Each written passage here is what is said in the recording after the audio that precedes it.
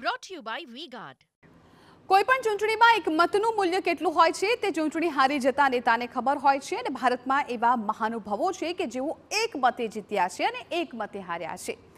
એક મત સત્તા બદલી શકે છે એટલે મારા એક મતથી શું ફરક પડે છે તેવું માનવું એ ભૂલ ભરેલું છે। એક મતમાં પણ તાકાત રહેલી છે તેનું જીવંત ઉદાહરણ ગીર સોમનાથમાં જોવા મળ્યું।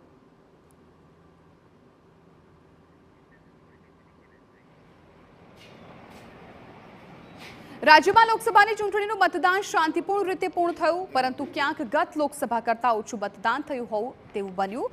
પરંતુ ગીર સોમનાથના ઉના વિધાનસભા વિસ્તારમાં આવેલા બાણેજ બૂથ પર 100% મતદાન થયું। જી હા, આ બૂથ પર એક જ મતદાર છે। બાણેજ મંદિરના મહંત હરિદાસ બાપુએ મત આપતા 100% મતદાન થયું હતું। એક માત્ર મતદાર માટે ચૂંટણી પંચ ગીર સોમનાથના ઘટાટોપ જંગલ વચ્ચે 2002થી આખું વોટિંગ બૂથની વ્યવસ્થા કરે છે। એટલું જ નહીં, એક માત્ર મતદાર માટે 15 કર્મચારીઓ ખડે પગે પણ રખાયા હતા। ये पहले 2099 में यहाँ बूथ लगते थे, त्यारे मालधारी यहाँ रहते थे। वो मालधारी सब चले गए और ये जो महान मेरे गुरु भाई भरतदास जी रहते थे वो एक ही थे पुजारी, उनका वोट उनके लिए लगता था।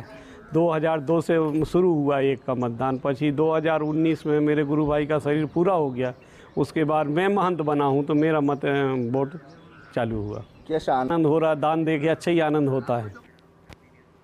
જિલ્લા ચૂંટણી તંત્ર દ્વારા મંદિરની નજીક આવેલા વન વિભાગના ક્વાર્ટરમાં એક વ્યક્તિ માટે એક પ્રિસાઇડિંગ ઓફિસર, 2 પોલિંગ એજન્ટ, એક પટ્ટાવાળા, 2 પોલીસ તેમજ એક સીઆરપીએફ અને અન્ય સહાયક સ્ટાફ મળી 15થી વધુ વ્યક્તિઓની મતદાન સંબંધિત કામગીરી માટે નિયુક્તિ કરાઈ હતી।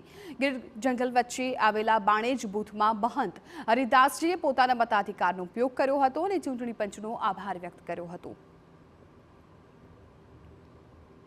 જે મતદારની યાદી છે એના પ્રમાણે મતદારનો નંબર ક્રમ નંબર 1 તેમજ એક જ મતદાર છે, પણ અમારી જે પ્રોસેસ હોય એ એક મતદાર હોય કે હજાર મતદાર હોય એની પ્રોસેસ સેમ રહે છે અને જે અમારી ફરજના ભાગરૂપે છે તે અમે આખી પ્રોસેસ પૂર્ણ કરી। Brought to you by V-Guard.